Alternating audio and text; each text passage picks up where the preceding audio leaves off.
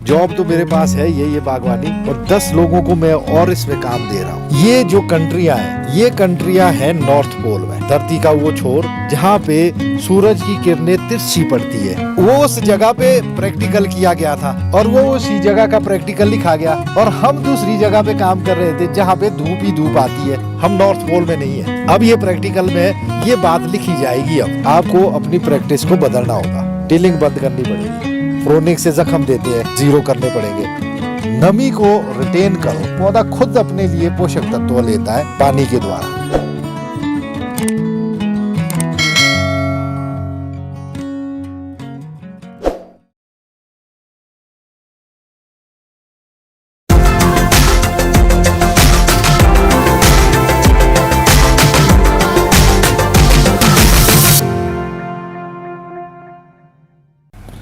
तो आज का जो ये सेशन है उत्तराखंड के लिए स्पेशल रखा था मैंने। तो जो भी आपका, जो भी आप सोच के आए हैं, जो भी आप समझ के आए हैं, जो भी होगा आपके अंदर, आप पॉजिटिवली जो है अपना वो रियल जो भी आप फील करते हैं, रियल बात को जो है ना आप बताने की कोशिश करें।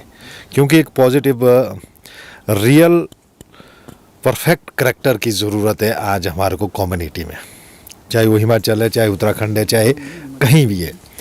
जब तक हम अपने अंदर के करैक्टर को नहीं बता पाते हैं, तब तक हम किसी भी काम को अंजाम तक नहीं ले जा पाते। जो ये एप्पल फार्मिंग का एक जो मिशन है, या जो मेरे द्वारा जो मेरा अपना कॉन्सेप्ट है, अगर ये पॉपुलर हो रहा है, लोग इस पर एक विश्वास जता रहे हैं, उनको एक लग रहा है कि ये एक अच्छा हमारे लिए विकल्प हो सकता है एप्पल फार्मिंग में, हिमाचल, उत्तराखंड, चाहे जम्मू कश्मीर, पूरी इंडिया में जहाँ से पैदा होने के लिए वातावरण है। तो मैं ये चाहता हूँ कि जो ये मेरी प्रैक्टिस है, ये मैंने तो कर रहा हूँ।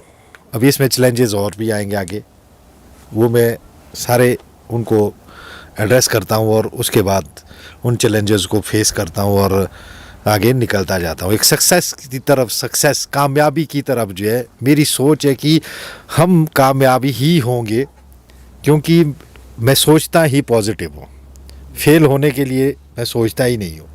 जब हमारा बर्थ हुआ है, जन्म हुआ है, तो हम सक्सेस के लिए आए हैं।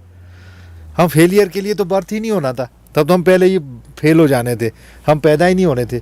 अगर हम अर्थ के ऊपर फेलियर के लिए पैदा होते तो हमारा बर्थ ही नहीं होना था। हम तो सक्सेस के लिए पैदा हुए। इसलिए सक्सेस कब मिलती है? जब हम एक रियल करैक्टर में जाते हैं, रियल परफेक्ट करैक्टर में जाते हैं। वही मैं आपसे भी चाहता हूँ, जो और भी आते हैं, कि जो भी आप फील करेंगे या जो भी आपका करने का उद्देश्य होगा, वो आप अपने तरीके से जो है ना ओरिजिनलिटी पे आकर के एक वातावरण बनाने की कोशिश करेंगे। हम पूरे इन्वायरमेंट, उत्तराखंड चाहे हिमाचल है, एक पॉजिटिव वातावरण, एक पॉजिटिव ग्रोथ, जिससे हम एक दूसरे के सहयोग से जो है एक जो हमारी सेल्फ रोज़गार के लिए हम एक प्रैक्टिस कर रहे हैं, ताकि हमारा सेल्फ रोज़गार बना रहे, ताकि जो नेक्स्ट पीढ़ी है उनके लिए हम जो है एक स्टेबिलिटी ला सके, जो पलायन ना करे। उनको घर के अंदर, अगर हम ज़मीन वाले हैं तो अपनी ज़मीन के अंदर ही उनको जो है रोजी रोटी का गुजारा हो जाए, ताकि उनको कहीं बाहर ना जाना पड़े। ये हमारी सबकी एक साझी प्रैक्टिस और सोच रहेगी। मेरी तो है, अपने लिए मैं कर रहा हूँ, मैं टिका हुआ हूँ, ठीक है। इस बागवानी के कारण ही मैं यहाँ टिका हुआ हूँ। मैं खुद भी अपनी जॉब तो मेरे पास है ये बागवानी, और 10 लोगों को मैं और इसमें काम दे रहा हूँ। जब मैं 10 लोगों को काम दे रहा हूँ, तो मैं 10 लोगों को पलायन से रोक रहा हूँ, ठीक है। तो ये बहुत बड़ी बात है। ऐसा ही हम आगे भी चाहेंगे, आपसे भी चाहेंगे कि आप अपना रोज़गार तो करें ही करें, आप ऐसा करें, अपनी ज़मीन के टुकड़े को ऐसा यूज़ करें जिसमें 10 लोगों को आप भी रोज़गार देने के काबिल बने। हम रोज़गार के पीछे ना भागें, हम जा रहे हैं रोज़गार को ढूंढने। हम रोज़गार खुद से पैदा करें।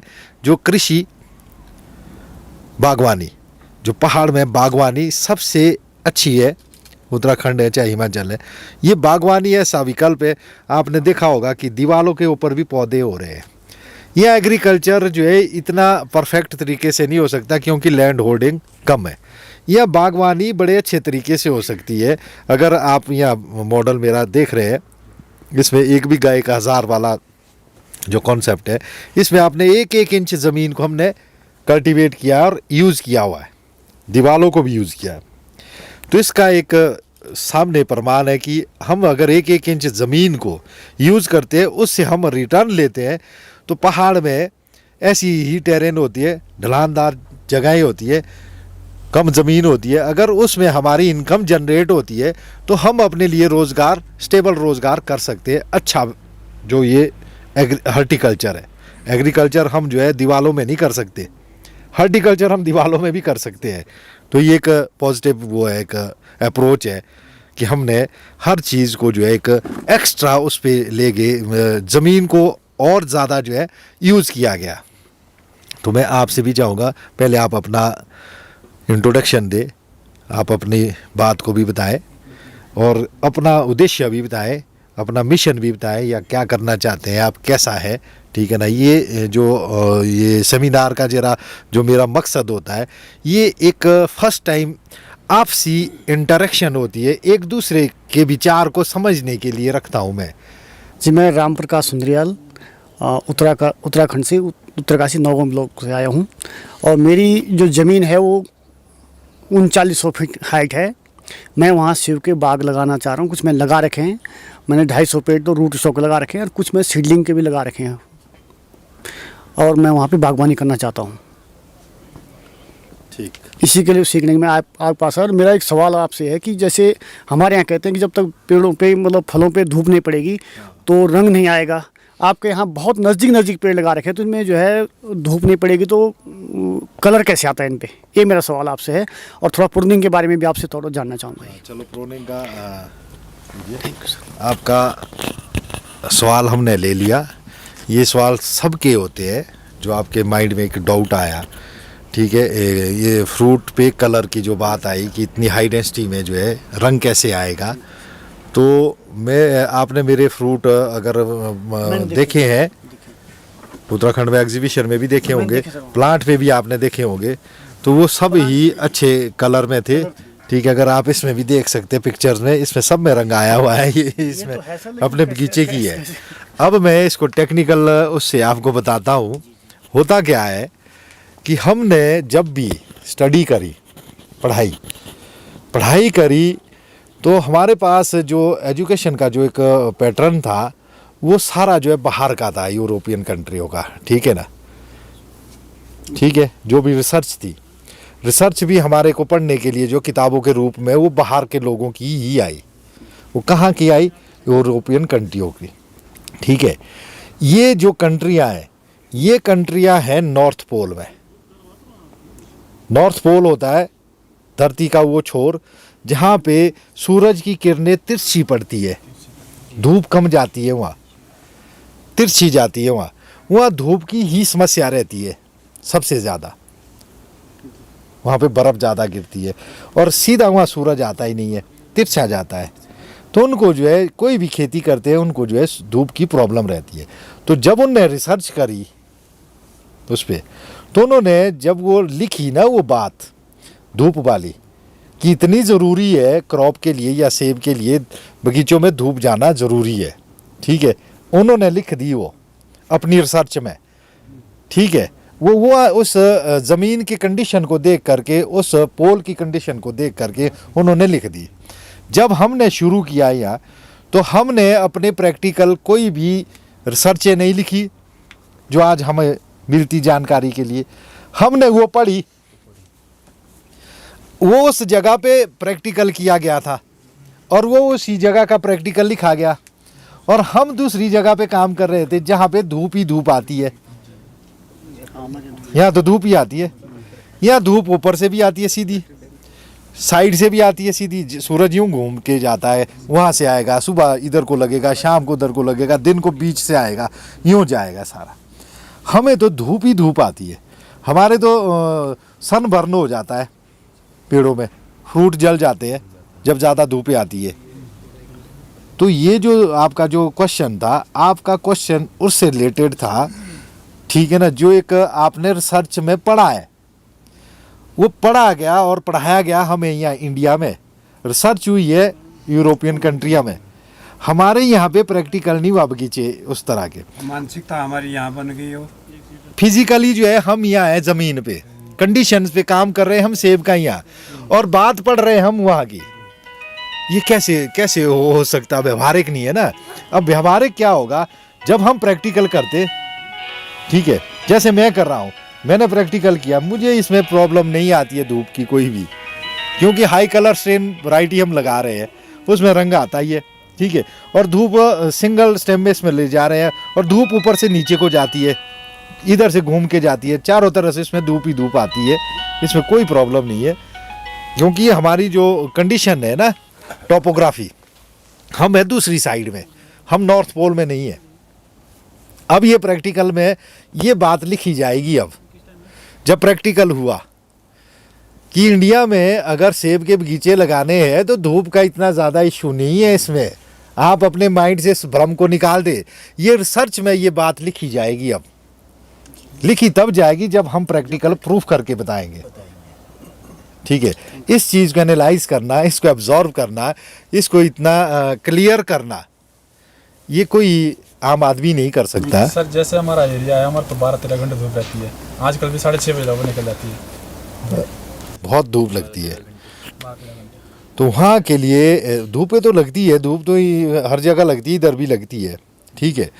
देखना ये है कि आपको जब ज़्यादा हाई डेंसिटी करेंगे, घनी आपकी जो प्लांटेशन होगी उसमें मॉइस्चर रहेगा, शेड रहेगा। ज़मीन में पौधा क्या करता है, पौधे को क्या चाहिए होता है, पानी। अगर हम नमी को मेंटेन रखते हैं, अपनी ज़मीन की कंडीशंस को ऐसा बना ले, ग्रीनरी रखे उसमें, ठीक है, जो मॉइस्चर को रिटेन करने के लिए क्या क्या हो सकता है पॉसिबल, वो काम अगर हम करें तो वो हमारे लिए फ़ायदेमंद रहेगा। बाकी होता है चैलेंज कि जिस ज़मीन में आप रह रहे हो वो वहाँ का चैलेंज आपके लिए है, आपको उसको फेस करना है। क्योंकि सरवाइव तो अर्थ के ऊपर इंसान ने किया ना जो उसकी जैसी जैसी समस्या आई थी उसने वैसे वैसे प्रयोग करके जो है अपने सर्वाइवल के लिए सब कुछ तैयार कर दिया। वो आपका चैलेंज है कि आपको जहाँ पे जैसी आपकी कंडीशन है उस ज़मीन की, उसको उसी हिसाब से आप मैनेज करें। उसमें मॉइस्चर बनाने के लिए क्या क्या हो सकता है, ये बहुत सारी बातें हो सकती है इसमें मॉइस्चर को बनाने के लिए कि आप क्या क्या कर सकते हैं। ये जब आप आगे और सब्जेक्ट इसमें चलते रहेंगे ना, हमारे साथ जुड़ के काम कर रहे होंगे या जैसा भी होगा, तो आपको उसकी कंडीशन के हिसाब से बताया जाएगा कि आपको इस एरिया में किस तरह से फार्मिंग करनी है। मैं पुरला से आया हूँ सर, और मैंने अभी थोड़ी देर पहले आपसे बात की थी कि मेरा जो ऑर्चर्ड था कुछ साल पहले पुराना भी था, तो मैंने उसको जो काटा था काफ़ी नुकसान किया मैंने अपना। और मैं सोच रहा हूँ सर कि जो यहाँ पे मैं नई जो प्लान किया है, जो प्लांट लगाए नया है, वो 22-23 पौधे लगाए मैंने नए, उसमें कुछ अनार भी हैं, तो अनार तो बढ़िया सक्सेस है। तो यही मैंने आपसे सुना सर अभी, और मैंने कहीं बाहर से सुना, ऐसे जैसा आपके यूट्यूब में देखा मैंने या कोई अन्य लोग हैं उनसे भी सीखा मैंने। तो उसमें मेरे को ये शिकायत आ रही सर कि ये जो पुराने जो वॉचर्ड है इनमें, मतलब मैं तो नहीं सोचता, मैं तो सोचता हूँ मैं कर लूँगा सक्सेस, ये तो मुझे विश्वास है कि हो जाएगा, सीख लूँगा, मैं किससे पूछ लूँगा। पर यह है कि उसमें सर जो मेरे को जैसे दिक्कत आती है या वो आएंगे, तो उसमें उसको रोकथाम के लिए सर आप अगर मेरे को कुछ जानकारी है तो मैं बहुत आभारी रहूँगा आपका। धन्यवाद सर। आपने ऑर्चर्ड पुराने बगीचे में ही नया बगीचा तैयार किया है, तो ये जो पुराने बगीचे में नया बगीचा तैयार किया जाता है, अगर टेक्निकली इस चीज़ को हम लेते हैं तो उसमें दोबारा जो है जिस एक क्रॉप हो जाती है ना, जैसे सेब का बगीचा हो गया था, वो दोबारा उसमें जो है सेब का ही बगीचा तैयार करना है, तो ये एक बहुत बड़ा चैलेंज होता है। ये एक टेक्निकल वर्क है। अगर आपने उसी ज़मीन के अंदर सेब का बगीचा दोबारा भी करना है, फर्स्ट टाइम भी आप सेब का बगीचा था, दोबारा भी आप सेब का बगीचा लगाना चाहते हैं, तो वो जो सॉइल थी, आपकी ज़मीन थी, ज़मीन को आपको इतना डिसइंफेक्ट करना होता है साइंटिफिकली तरीके से कि जिसमें सारा इन्फेक्शन ख़त्म हो जाए, और हाँ सॉइल ट्रीटमेंट, उसके बाद आप उसमें ऑर्चर्ड लगाएं।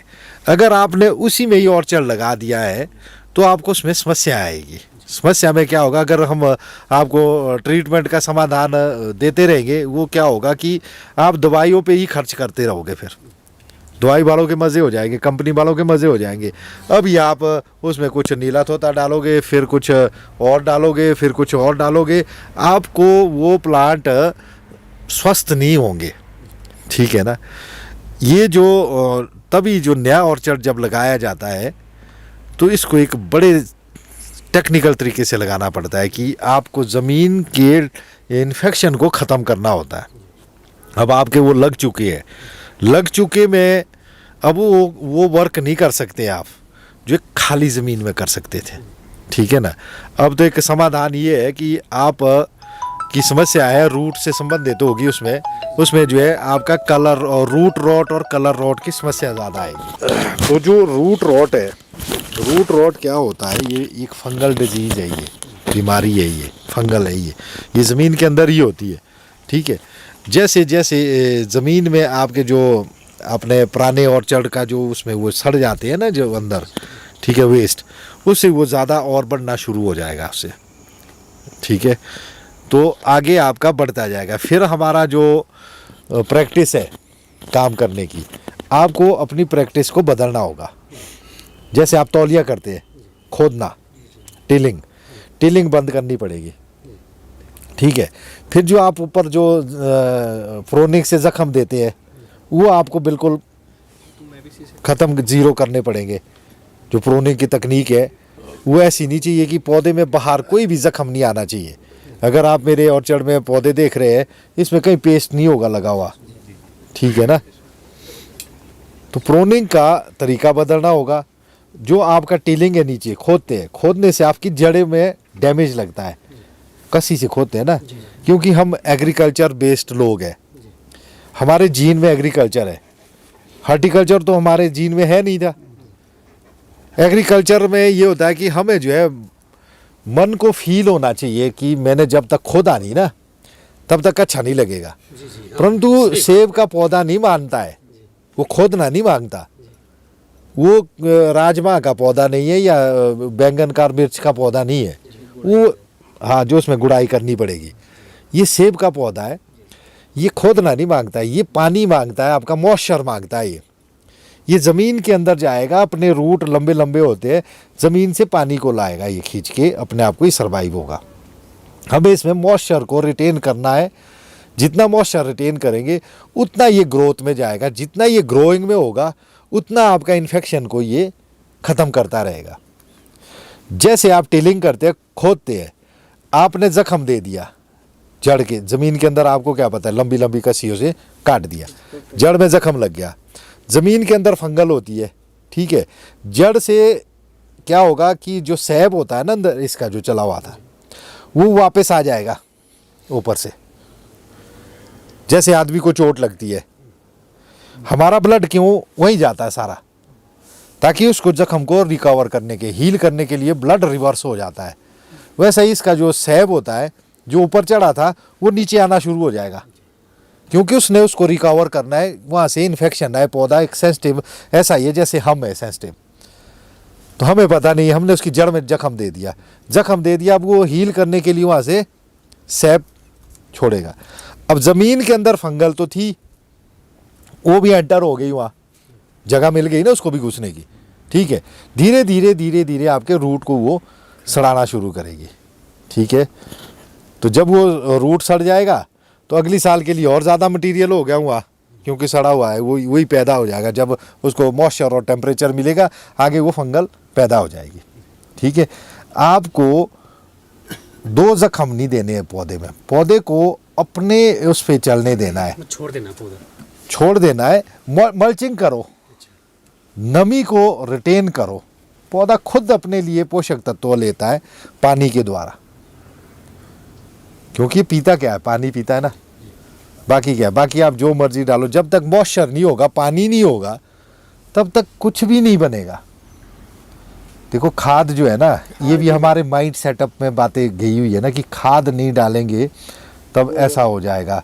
ठीक है ना। खाद क्या है, ये केमिकल है। ठीक है। गोबर क्या है, गोबर भी कोई खाद नहीं है। अगर इसको मैं डीपली समझाऊँ आपको, ये गोबर क्या है, एक वेस्ट है, बायो वेस्ट है ये, ठीक है। ये क्या होता है, हमने इसको क्यों इस्तेमाल किया, आइए आइए आइए, आओ आओ, आगे आइए आगे आइए आगे। हमने खेती करते थे, वाइल्ड थे हम भी पहले, ठीक है। जब हमने खेती सीखी तो नेचर से ही तो सीखी, ठीक है। नेचर में क्या था, जब एब्जॉर्बेशन वाला आइज आया हमारे पास, तब हमने खेती करने का एक माइंड बनाया कि ऐसी खेती हो सकती है, वैसे हो सकती है। फिर हमने जो है पानी का रोल उसमें मॉइस्चर का देखा, ठीक है। ये जो गोबर वगैरह था ये वेस्ट है, इसको हमने बिछाया, बिछाते हैं ना, क्यों बिछाते उसको, सर्दी में बर्फ़ गिरती है, ताकि हमने गेहूँ बीजा हुआ है, हमने कोई क्रॉप बीजी हुई है, ठीक है, गोबर बिछा देते हैं हम। गोबर क्या है, पानी को रोकने का एक जरिया है, गिला रहेगा, ठीक है। नहीं तो अगर मिट्टी है पानी चला जाएगा नीचे, ठीक है। हमने मल्चिंग दे दी उसकी, उसमें पानी रोक दिया, ठीक है।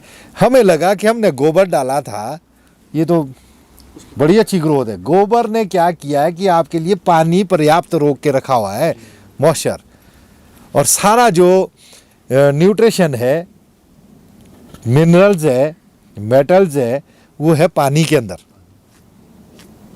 सारा कुछ पानी के अंदर है। पानी कहाँ से आ रहा है, पानी आ रहा है हिमालय से, समुद्र से जाता है, हिमालय पे जम जाता है। हिमालय में क्या है, रॉक, पत्थर के अंदर है वो सारे सूक्ष्म मेटल्स, कण। पानी अपने साथ उनको रगड़ के ले आता है, उसके अंदर आ जाते वो। अब वो जहाँ खेती में रुका हुआ पानी, वहाँ खेती बढ़ जाएगी, जहाँ पौधों को मिला वहाँ पौधे बढ़ जाएंगे। हमने जैसा पेड़ लगा है उसको खोदे नहीं, मतलब तौलिया नहीं बनाए, या फिर हम उसको ऐसा छोड़ दे तो वो तो एक प्रकार से ऐसा हो जाएगा जैसा ही बन जा रहा है, ग्रीनरी हो जाएगी। हाँ, तो फिर उसका क्या करें सर? देखिए जी, ग्रास है ये, अब उधर ग्रास है, ठीक है। ये ग्रास क्या करता है, जहाँ तो ज़्यादा नमी रहती है उस एरिया में आप इसको निकाल सकते हो, ठीक है। जिन एरिया में नमी कम रहती है, ये ग्रास आपके लिए एक पानी रोकने का साधन है। ये भी अगर वो मिट्टी होगी, पानी होता है भारी, मिट्टी में होते छिद्र, पानी जैसे ऊपर गिरता है वो मिट्टी में अंदर अंदर अंदर अंदर अपने वेट के कारण नीचे को जाता है वो, ठीक है। आपकी प्लांट की जो रूट थे वो ऊपर थे, पानी चाहिए था उसको ऊपर, वो चला जाता खोद करके नीचे। जो आपका ऊपर से बारिश आई थी वो ज़मीन में, मिट्टी में नीचे नहीं जा रही, उसको वही पी रहे हो वहाँ पे, और फिर रात को उसको छोड़ रहे हो वहीं। और जो इनको चाहिए ऊपर मॉइस्चर, ठीक है, उसको भी मिल रहा है वहाँ।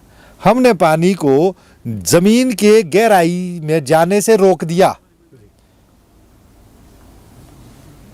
ठीक है। हम एग्रीकल्चर बेस्ड लोग हैं, एग्रीकल्चर बेस्ड, समझ रहे हैं कि जब तक हमने खोदा नहीं ना, मानना नहीं है हमने। मैंने जैसा खोदा था, मैंने बढ़िया बना रखा था, बुरबुरा बना रखा था, और थोड़ा उठा रखती ज़मीन तो बढ़िया बना। उसके ऊपर मैंने क्या सोचा, यही सोचा सर, मैंने खुद नेचुरल मेरे अपने दिमाग में आगे बात कि जो मैंने गोबर लेके, जब गोदयाल जी वो बाजार से लाए थे, मैंने गोबर बाजार से लेके थे, मैंने 100 कट्टे लेके थे, तो मैंने ऊपर बिछा दिया वो मोटा। मैंने कहा इसके नीचे जो है वो पानी रहेगा और बढ़िया रहेगा। तो उसके बाद जब वो आदमी वहाँ पे आया, मेरे यहाँ आया बक्चे में, तो उसने बोला नेगी जी आप ये जो कर रहे हैं ये कैंकर फैला देगा, ओपनली गोबर मत रखो, आप इसको मिला दो या दबा दो। कौन आए थे? वो यहाँ से एक उधर ना बंगार टाइप के, बंगार से था वो, मेरे किराएदार थे वो ना। तो बोला कि हमें अच्छी नॉलेज है बक्सों में, तो मैंने कहा हो सकता है। मतलब मेरे को उतना विश्वास ज़्यादा हो गया उसमें, अपने पे कम किया। तो कि गोबर को मिला दो, ओपन मत रखो, ये भी हमारी छोड़ेगा। मतलब मैंने काफ़ी मोटा, मतलब 2-3 इंच मोटा कर रखा था। क्या सोचा था सर मैंने कि इसमें जो पानी रहेगा, गिला रहेगा इसके नीचे, जी ये सोचा था मल्चिंग करने के लिए। जी उनका कहने का मतलब ये था, फंगल छोड़ता है, ठीक है। अगर आपकी सड़ी गली खाद है, ठीक है ना, गल सड़ गया है गोबर, ठीक है, तो वो ऐसा कोई प्रॉब्लम नहीं करेगा। होगा क्या कि गोबर जब आप डालोगे ठीक है, वो पानी को रोकने के लिए ही डाल रहे हो आप, मॉइस्चर को रोकने के लिए। जो उसके अंदर फंगल होता है, जब हम डीकम्पोज करते हैं उसको, जब सड़ाते हैं ना उसको गड्ढों में, तो वो सारा वहाँ पे ख़त्म हो जाता है। जब आप उसको ओपनली बाहर मॉइस्चर के रूप में यूज़ करोगे तो ये जो ग्रास होगी ना, ग्रास एक्टिव हो जाएगी। ग्रास जो है उसको, गोबर को जो है अपने अंदर ही एब्जॉर्ब कर देगी, उसको बारीक कर देगी और डेड कर देगी उसको, ठीक है। और मॉइस्चर आपको हमें करना होता है, मॉइस्चर को रिटेन को मल्चिंग के लिए, ठीक है। फंगल अलग चीज़ है कैंकर फैलाने का। कैंकर फैलाने के लिए तो बहुत सारे मटेरियल ऐसे होते हैं जो बायो में वो फंगल फैलती है, ठीक है, गोबर से नहीं फैलती है। एक्सेस नहीं है होना चाहिए कि आप ज़रूरत से ज़्यादा ही डाल देंगे तो वो तो हर चीज़ नुकसानदेह होती है, ठीक है। एक इसमें अगर आप मेरे ऑर्चर्ड को देखेंगे, इसमें टिलिंग खुदाई नहीं होती इसमें, ठीक है। इस साल तो मैंने इसमें ये गार्लिक लगाया हुआ है नीचे, ठीक है। इसका क्या रीज़न है, इसमें आपने पूछा नहीं अभी। ये हाँ, वो क्या है, जितना भी ज़मीन के अंदर इन्फेक्शन होता है, गार्लिक एंटीऑक्सीडेंट छोड़ती है, ठीक है। ये फंगल से रिलेटेड, बैक्टीरिया से लेकर जो भी इसमें जो भी बीमारियां होगी, ये उनको ख़त्म करती है। लहसुन का लगाना ज़मीन के अंदर बहुत ही लाभकारी है ये। तो ये इससे पहले ये ग्रीनरी ही रहती थी इसमें। अब ये भी जो इसमें जो खुदाई नहीं हुई है, इसमें सिर्फ छोटी उससे जो है ये हल्के हल्के से लहसुन लगाने लायक तक की वो की है। रूट को डिस्टर्ब नहीं किया जाता, जो जड़ों का सिस्टम है प्लांट का, उसको डैमेज नहीं किया जाएगा। इन्फेक्शन किस में फैलेगा, जैसे हम स्वस्थ आदमी को बीमारी वाले के बीच ले जाएंगे, ठीक है। अगर वो स्वस्थ आदमी मास्क नहीं उसने लगाया हुआ, या उसको जख्म लगे हुए हैं, उसने उसमें पट्टी नहीं करी हुई है, तो उसको जो है वहाँ से इन्फेक्शन हो जाता है, ठीक है ना। स्वस्थ को भी लग जाएगा। अगर वो पूरा स्वस्थ है, ठीक है, उसको कोई जख्म नहीं लगे हुए, तो क्या करेगा, उन बीमारी वाले लोगों का ट्रीटमेंट करेगा, वो उनको हेल्दी करेगा वो, ठीक है। अगर हेल्दी रूट्स आपके ज़मीन के अंदर है, स्वस्थ रूट, वो ज़मीन का ट्रीटमेंट कर रहे हैं वो, क्योंकि उनने सरवाइव होना है, वहाँ जिंदा रहना है। जितने भी वो वहाँ पे बीमारियां हैं बारीक, अपने सूक्ष्म रूप से जो है उसको वो जो है ख़त्म करे जाती है वो, ताकि वो जिंदा हो सके, पौधा जो है ग्रोथ कर सके। जैसे हम इंसान कैसे करते हैं, हम अपनी बीमारियों को अपने आप में रिकवर करते हैं, ह्यूमन सिस्टम को स्ट्रॉन्ग करते हैं। जब वो स्ट्रॉन्ग हो जाता है तो हमारे अंदर प्रतिरोधक शक्ति पैदा हो जाती है। जो भी बीमारियां हैं वो खुद से लड़ना, शरीर जो है, शरीर ने जिंदा रहना है, हमने अंदर जिद पकड़ ली है जिंदा रहने की, शरीर ने जिद पकड़ ली है कि मैंने जिंदा रहना है, तो वो रिकवर हो जाता है, वो रिवर्स हो जाता है अपने आप में जिंदा होने के लिए। अगर हमने सरेंडर कर दिया कि मैं तो मर रहा हूं अब, ठीक है, तो वो फिर मरेगा ही। ऐसा ही पौधा है, वो क्या करता है, रिकवर, जिंदा होना है उसने मरना नहीं है, वो लाइफ टाइम के लिए आया है, वो सीड है, वो सीड से तैयार हुआ है, वो मरना नहीं चाहता है। मरता कब है, जब उसको कोई मेजर इन्फेक्शन, बीमारी आ जाए, गल सड़ी जाए उसकी सारी हो, ठीक है, तब तो मर गया वो। अगर उसको छोटा सा भी सहारा मिल जाए ना उगने का, पौधे देखे होंगे आपने, सड़ जाते हैं पूरे, फिर भी वहां से निकलता है कहीं ना कहीं से। क्यों निकलता है वो, मरना नहीं चाहता, मरना नहीं चाहता है। वैसे ही पेड़ की जड़ें जो होती है, उसमें छोटी सी भी जड़ कहीं से भी बच गई, वो प्लांट बना देगी। तो ये हमको अगर इस तरह से हम ज़मीन को समझते हैं या खेती को समझते हैं, इन्वायरमेंट को साथ, नेचर को समझ करके खेती करते हैं, तो हम सक्सेस होते हैं। अगर हम ब्लाइंड चलते रहेंगे ना, उसमें कंफ्यूज होते जाएंगे,